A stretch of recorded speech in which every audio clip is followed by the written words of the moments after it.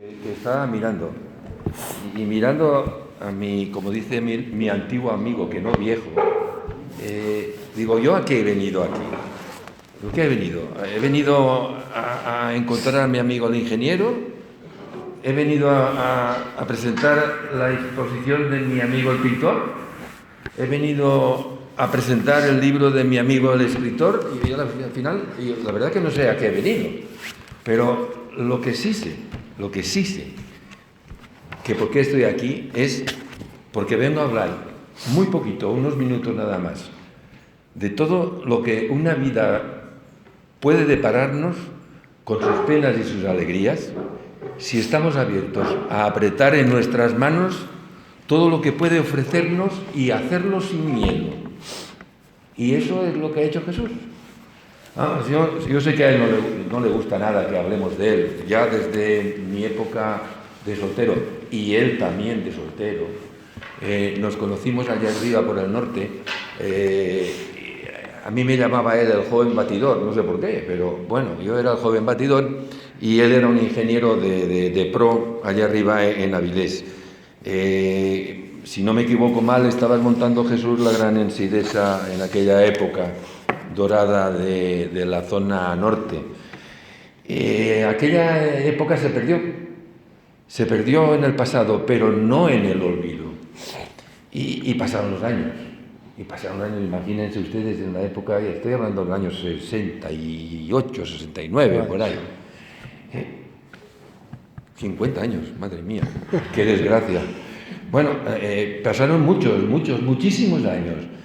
Y Dios mío, un día me lo vuelvo a encontrar en mi Cariña Cantabria, en Santander, en Puerto Chico, allí delante mía. Digo, pero bueno, ¿y tú qué haces aquí? Me dice él, ¿y tú?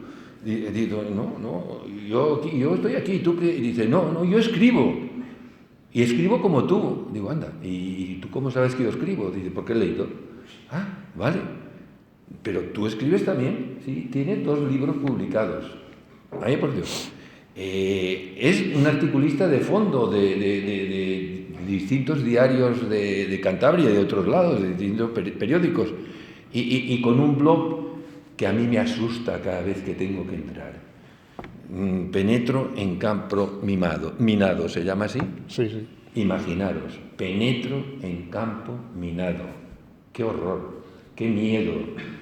Bueno, la verdad que siempre he sido un inconformista. Entonces, cuando ves esas cosas, pues no te extraña. Dice, pues sí, ese es Jesús, ¿qué vamos a hacerle? Oye, si siempre ha sido así. Pero es que cuando me dice eso que escribe, me dice, es que eso no es todo. También soy pintor. Ahora sí que ya no entendía absolutamente nada. Pues sí, es pintor. Y yo no voy a enjuiciar su obra, y no la voy a enjuiciar porque la tenéis aquí en este libro maravilloso que ha escrito, y la vais a ver luego en la exposición, que él ha titulado, si no me equivoco, Figuraciones mías, ¿no? Exactamente. O sea que ahí tenéis todo un panel de las cosas que Jesús ha hecho y sabe hacer y hará. Aunque he dicho de ti que eres un hombre con una pintura rara, lo leí el otro día no sé dónde, y es una de las críticas o crónicas que había de Jesús, la pintura rara. Pues no sé si la pintura es rara, desde luego Jesús no es raro, para mí no lo es un gran amigo. Y así que solo quiero incidir en lo que he dicho al principio, en lo que un hombre es capaz de hacer cuando sin miedo abarca todo lo que la vida le ofrece. Y eso es exactamente lo que ha hecho mi amigo Jesús. Jesús, creo que a ti te toca explicarnos cómo lo has hecho, aunque esté escrito aquí en el libro, y también qué es lo que significa esa exposición que ahora después vamos a mirar. Jesús, de verdad que te digo muchas gracias por haberme hecho estar aquí contigo. Muchas gracias a ti. Creo que es así, ¿no? Toma, anda.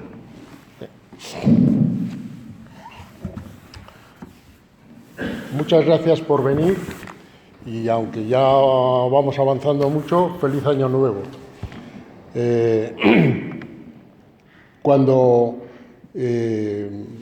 empecé a editar algún libro, pues claro, en este trajín pues hay la gente que presenta, la gente que escribe el prólogo, y yo, bueno, como hacen otras personas, pues consideré la idea de valerme de expertos, pero luego me decidí por otra cosa mucho mejor, que es valerme de amigos, pedirles a mis amigos que hicieran ese trabajo, de presentarme y escribirme los prólogos. Pues no me arrepiento en absoluto, porque al final he tenido opiniones más certeras y, por supuesto, más sinceras que si hubiera encargado a extraños, ¿no? A Rafa, efectivamente, lo conozco hace muchos años, y yo tenía el honor de sentarme a su mesa cuando era el niño mimado en el hostal más bonito que había en Salinas. Y claro, me aprovechaba de que le daban de comer manjares porque era el niño mimado, pero luego lo pagaba por la tarde cuando salíamos a hablar con las chavalas por los Chigres. Pues claro, salir con el tío más guapo de Avilés, pues yo no hacíamos que llevarle la cesta, pero no solo el tío más guapo de Avilés, sino que había muchos rumores de que era el tío más guapo del Principado. O sea que muchas gracias, Rafa. Pero es que además, después, es un personaje, y como él dice muy bien, pues nos encontramos y resulta que escribe más libros que yo y mejores. Pues es que no hay forma de... Pero no pinto, ¿eh? Todo se andará. Bien, muchas gracias.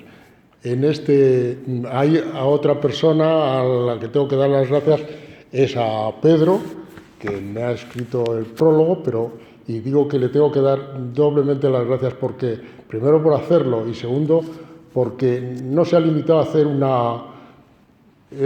análisis superficial del asunto, sino que ha querido ir al fondo de la cuestión, ¿no? Dice, bueno, ¿de dónde sale todo esto? Y efectivamente me ha colocado el calificativo de filósofo, que yo acepto, lo acepto el diagnóstico. Y efectivamente, yo me considero efectivamente un filósofo, si quieres, un amante de la verdad, en el sentido de que pues toda mi actividad ha ido a buscar la verdad, no la verdad, mi verdad, a ir a buscar, como digo yo, en mis almacenes, pues esas ideas que uno tiene profundamente arraigadas y que muchas veces no sabe que las tienes, y esa fue la idea que me llevó a escribir, a analizar esas ideas que a todos nos inquietan. Por eso, como dice Rafa, pues muchos de ellos, de los artículos, yo los encabezo con el penetro en campo minado, porque efectivamente voy al campo minado de lo políticamente correcto, el seguir la corriente de lo que piensan los demás, ¿no? Cuando yo trato, modestamente, de analizar mi propio pensamiento. Y eso, pues lo de penetrar un campo minado, pues es bastante duro y bueno, uno corre el riesgo de ser lapidado y cuántas veces he escrito yo que en ese caso, por favor, que los pedruscos que me arrojen que sean ideológicos. Y bien, también, como dice Rafa, yo soy muy reticente a hablar de mí mismo. Mi formación profesional pues ha ido siempre, lleva implícita todo lo contrario, no tener pues ese recato de hablar de mí, pero llega un momento en que, claro, mis otras actividades de escritor y de pintor pues exigen todo lo contrario, son trabajos exhibicionistas. Uno tiene que hablar de sí mismo y tratar de promocionarse. Y sobre todo cuando ya después de muchos años, pues uno trata, como en este caso ya me decido a escribir mi libro de pintor. Entonces, pues tengo que entrar, como hacen otros pintores, también otros artistas que hablan de su vida, pues tienen que hablar de su vida privada para un poco que el que lo lee pues sepa en qué escenario, en qué marco la vida de pintor pues ha tenido lugar. Así que yo pues me decido en este caso a contar parte de mi vida privada, ¿no? Trato de de ponerme lo menos pesado posible. Y explico pues que precisamente mi vida pues ha sido todo lo totalmente opuesto que puede llevar aunque, bueno, artistas y pintores ha habido de todo lo más atreviario, pero mi vida ha sido totalmente contraria a lo que se puede llevar para hacer una vida artística, ¿no? Ha sido mi vida de un total vagabundo, desde que yo nací en Logroño y desde que fui a estudiar a Bilbao el bachillerato, pues he vagabundeado por el mundo y sin más, sin trabas, ¿no? Allí donde he visto, ahora está de moda pedirle al gobierno que a todo el mundo que le conceda pues un puesto de trabajo en la misma calle donde vive. Y además, pues la gente considera el sumum de la felicidad el poder tomar todos los días cañas con sus amiguetes de primaria, ¿no? Bueno, pues yo no he sido así, he sido todo lo contrario.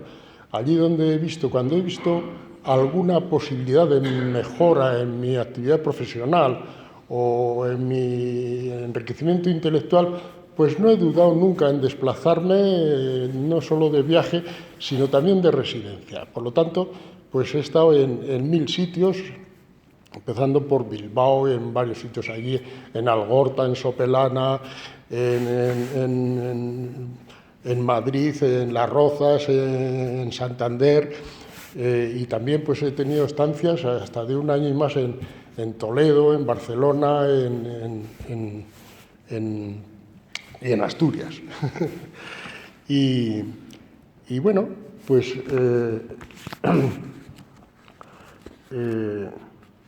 yo, como he dicho muchas veces, precisamente, ya sé que es muy respetable a aquellas personas que quieren vivir en el sitio donde nacieron o próximo a ellos, pero yo he dicho siempre que prefiero tener alas que raíces y por eso he volado por el mundo, ¿no?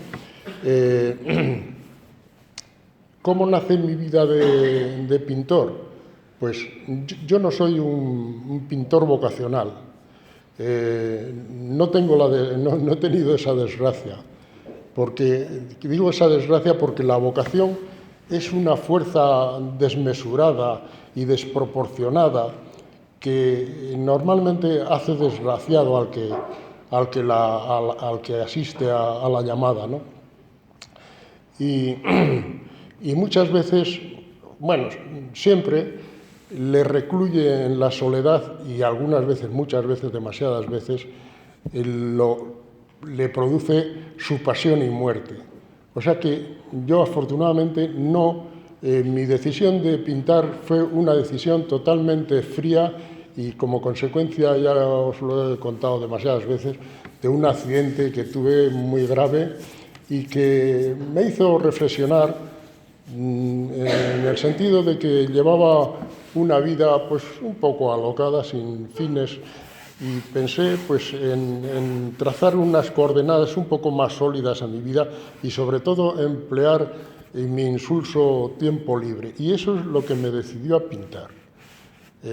No tenía ni vocación ni actitudes, como se demostró por los esperpentos que empecé a pintar.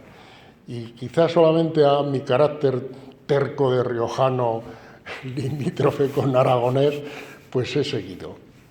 Pero también afortunadamente pues tuve unos impulsos que me ayudaron a seguir, ¿no? Aparte del inicial. Uno de ellos es, pues, en esa estancia de la que os hablaba antes de Toledo, de Aceca, pues en mis recorridos aburridos por ahí por Toledo, pues claro, al final tropiezas pues con las inmensas maravillas que hay ahí en Toledo, y una de ellas es el Greco, ¿no? El Greco para mí es un milagro, es un pintor que, siendo extranjero, pues resulta que es el más español de todos los pintores y seguramente el más grande. Y bueno, pues a la vista del Greco me di cuenta de la profundidad que se podía alcanzar con la pintura. O sea que aquello no solo podía servir para pasar el rato, sino para cosas más profundas, ¿no? Y ese fue otro impulso que recibí. Otro de ellos fue unas clases. Yo conocí a un pintor del que luego nos hicimos amigos ahí cuando vivíamos en Algorta, y fuimos a dar clases a su estudio, y era un hombre que comunicaba tan bien, que te hacía, pues era un hombre muy culto y te comunicaba esa cultura y ese afán por nuevas experiencias en la pintura, ¿no?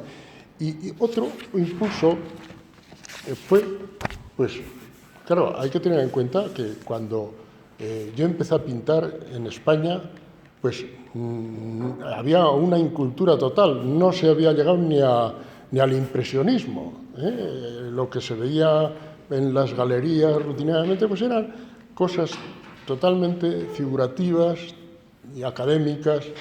Y nosotros, cuando nos casamos, fuimos a Londres y a París, y bueno, pues aquello, aparte de llegar allí en el año 71, que es cuando se vivía el rescoldo de mayo del 68, por ahí por toda Europa, pues llegamos allí a Londres como el que llega a un sitio el día de la fiesta del pueblo. Era una cosa asombrosa. Y en cuanto a la pintura, pues descubrimos pues unos mundos que insospechados para nosotros. Había en Londres y sobre todo en París pues una inundación de impresionismo que nosotros desconocíamos, y que entonces pues accedíamos ahí a entender y a tratar de asimilar, porque lo mismo Loli que yo ya éramos unos locos de la pintura.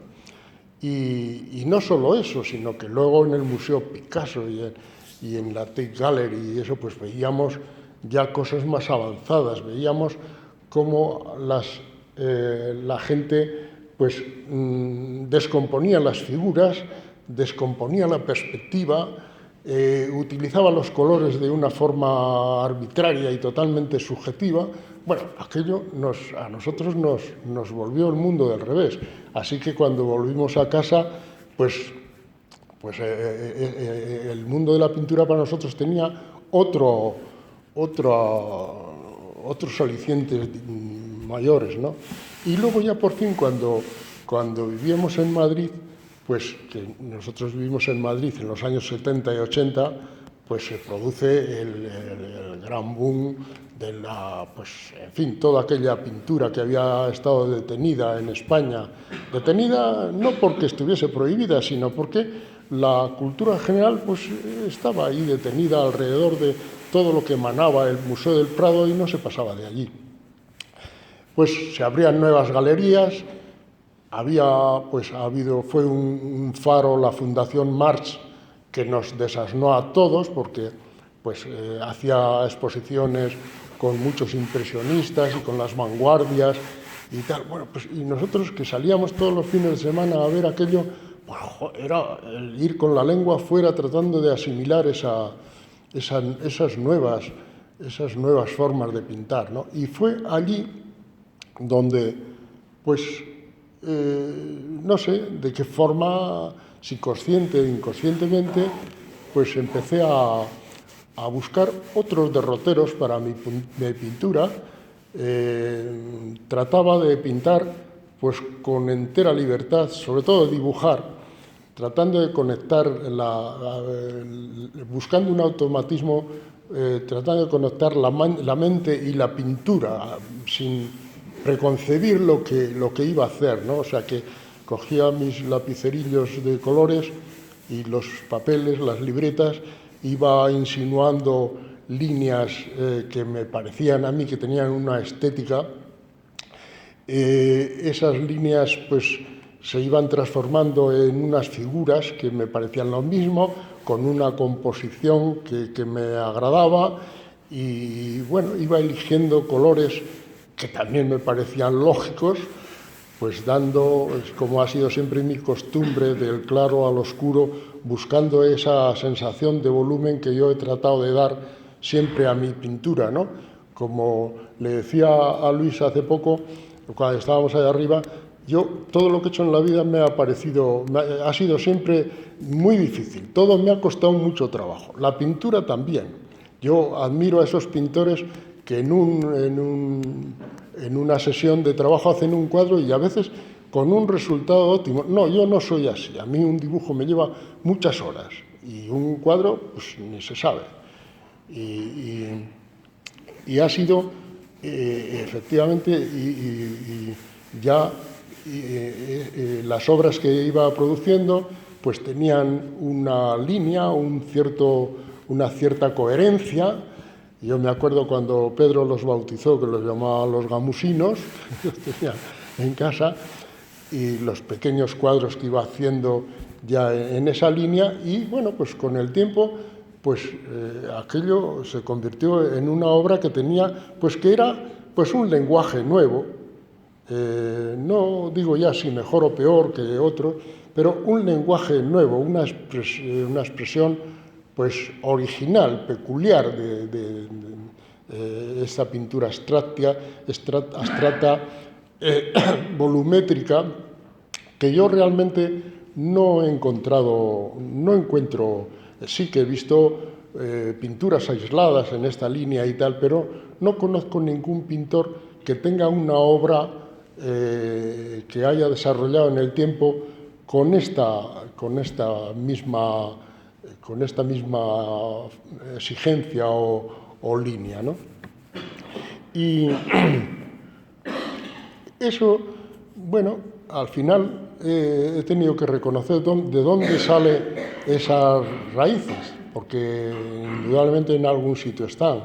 Pues bueno, con el tiempo me he tenido que convencer que mis influencias profundas de mi pintura están precisamente en esos pintores del Renacimiento, que además pues les pasaba lo mismo que a mí, que se dedicaban a muchas cosas, y también a la pintura.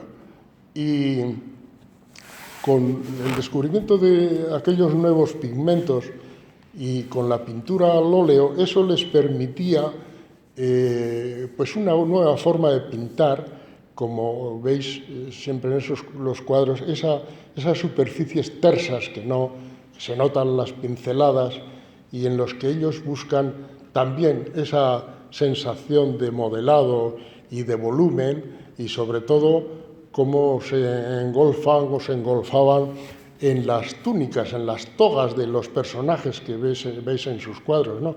Y no cabe duda de que esa influencia pues está en los míos. No se sabe cómo se llega de aquella pintura totalmente académica a lo que yo hago, pero indudablemente viene de ahí. Y además, pues estoy totalmente orgulloso y satisfecho de proceder de allí. Y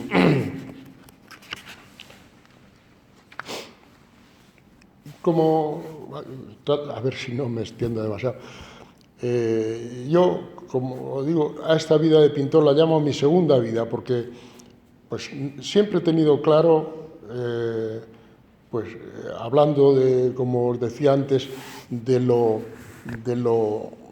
negativo que es para las personas el sentir esa vocación a la que entregan su vida y a la que la sociedad corresponde muy mal. ¿Para qué vamos a citar? Pues ejemplos hay infinitos en la historia de todas las... pero bueno, para ceñirnos a la pintura, pues ahí tenéis al pobre Van Gogh, que el hombre pues pintó 1000 cuadros y llegó no hacía otra cosa que pintar, se olvidaba de vivir. Y bueno, pues eso pues fue ante la indiferencia total de sus contemporáneos, ¿no? Y con más risa todavía que luego Van Gogh se ha convertido en uno de los pintores más cotizados de la historia de la pintura. O sea que, ya digo, siempre yo he tenido claro que eso era mi segunda vida, que no podía entregar mi vida a la pintura. Y por eso pues he tenido distintas actividades mezcladas. Me preguntaba Luis antes, ¿y tú cómo haces? Pues de una forma muy anárquica. Cuando me apetece pintar, pinto, escribo, hago esto, tengo que hacer mis cosas, mis papeles, mis recados. Eso es lo que hago y es lo que he hecho siempre, ¿no? Y muchos pintores lo han hecho así, empezando por los renacentistas, ¿no?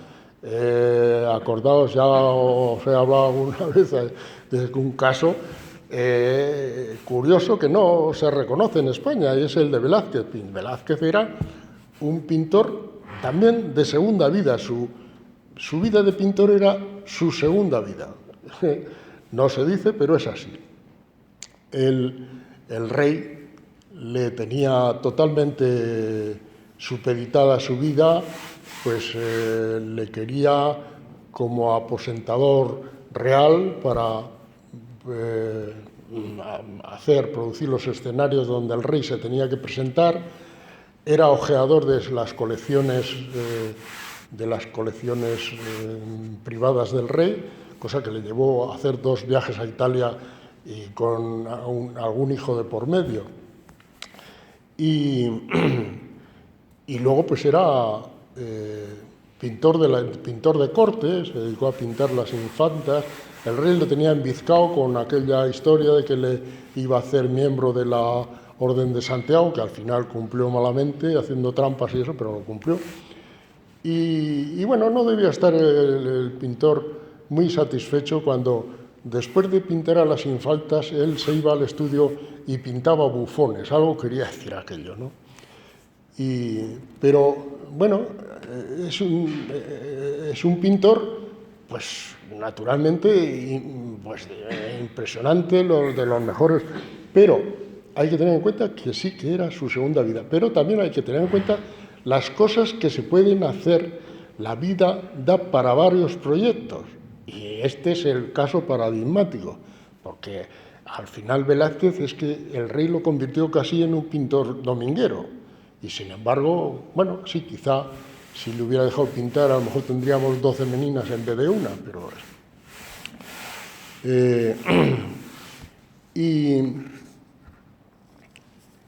como consecuencia de esto, pues ahora la inmensa mayoría de los artistas tienen que dedicarse a otras cosas por convicción o por necesidad. Y es que el talento en el mundo, en España, pues el problema no es de escasez de talento, es todo lo contrario, es de exceso de talento. Tenemos tanto talento que la sociedad es incapaz de asimilar. Por lo tanto, pues los pintores, los artistas, los escritores tienen que dedicarse también a otras actividades porque no pueden vivir con su propia actividad. Y pues la tragedia más grande que hay precisamente en esto es que todos los museos, los coleccionistas, las entidades, los bancos, tienen ojeadores para sus colecciones de arte. Y entonces, en el mercado van eligiendo las mejores piezas para luego tenerlas almacenadas en los almacenes. O sea, según estadísticas que yo he leído, el 90% de las posesiones artísticas de museos, coleccionistas y tal, están embaladas en sus almacenes. O sea que esta es la razón de que, claro, mucha gente tiene que dedicarse a otras actividades, y yo lo he hecho y no me empacha decir que mi vida de pintor es mi segunda vida. Bueno, también, claro, como consecuencia de eso y a causa de eso, mi promoción ha sido desastrosa, o sea, todo lo contrario de lo que un artista pudiera pretender, ¿no? En primer lugar, pues durante muchos años, yo que empiezo a pintar en el que empiezo a pintar en el 64, pues la primera exposición que hago es en el 78. Entonces, bueno, en aquella el 78 y en el 81, 82, pues me expongo todo lo que tenía de pinturas, digamos, preparatorias, pinturas totalmente académicas, figurativas, que yo venía haciendo hasta entonces, pero ya con un ánimo de que aquello era preparatorio para hacer cosas de más importancia. Pero entonces cierro, como si dijéramos, ese paréntesis y luego viene otro largo periodo de ostracismo hasta el año 96 en que ya empiezo a tener un poco de tiempo para exponer y ya pues efectivamente todas esas que dices pues vienen desde ahí, desde el año 96, ¿no? Y es que además el trabajo de promocionarse un artista es un trabajo muy duro y que hay que dedicarle mucho tiempo y además es muy humillante desgraciadamente el artista, pues que está a lo suyo naturalmente, pues es objeto de manejo de todo el mundo del arte, de los que lo comercializan, de los que lo utilizan para su lucimiento. Y bueno, en todo esto se trata de arrinconar un poco al pintor, que siga produciendo, pero que no incordie, que no trate de opinar, que no trate de tener personalidad, que siga las instrucciones de los caminos por donde tiene que ir para ser más comercial. Y entonces esa relación del artista con todo ese tinglado del arte es muy difícil y a veces muy humillante, ¿no? Bueno, todas estas dificultades, aparte de que pues con el tiempo que yo he ido pudiendo tener un estudio donde pintar cuadros de dimensiones decentes, pues me ha ido a mí llevando fuera sin tampoco proponerlo, pero pues llevando fuera de ese circuito comercial, buscando espacios como este que tiene la Casa de Cantabria, donde uno queda satisfecho de ver los cuadros y con eso ya pues está todo dicho, ¿no? Todo pagado. Y bueno, todo eso, ya digo, me ha ido alejando de ese circuito comercial y bueno, pues lo que resulte al final, pues ya lo veremos. Lo que sí hay es que yo llevo ya 53 años pintando y aquí estoy con el pincel con la misma ilusión que cuando empecé, ¿no?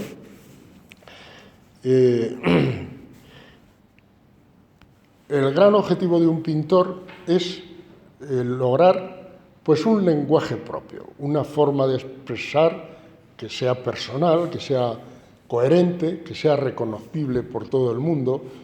Yo creo que ese objetivo lo he conseguido. Otra cosa es la valoración, que como sabéis, pues eso es en el tiempo y en las circunstancias muy aleatoria. Es una cosa que a mí me preocupa poco. Lo que sí, mi legado, mi humilde legado en esto de la pintura es mi pintura abstracta, es lo que yo pienso que refleja pues una personalidad que yo trato de manifestar. Pero aparte de eso, nunca he dejado de pintar pintura figurativa y precisamente como ya me estoy poniendo pesado en convocaros a presentaciones de libros y exposiciones y tal, esta vez me propuse, digo, bueno, voy a ofrecer ahí algo que sea un poco distinto de lo habitual y os traigo precisamente pues pintura figurativa que he hecho y sigo haciendo a lo largo del tiempo. O sea que cuando una imagen esté fuera o esté dentro me llama la atención, pues la pinto, sea un torero, sea un fusil o una obra de Rafael, o tal. Pintura figurativa, eso sí, con alguna tentación surrealista en la que caigo muy agradablemente. Y es lo que os traigo hoy, aparte del libro. Muchas gracias.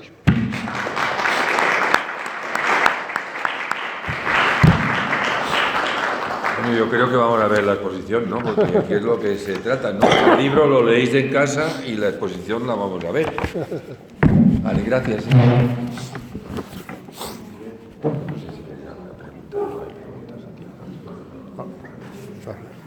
Claro, yo, si queréis preguntar alguna cosa...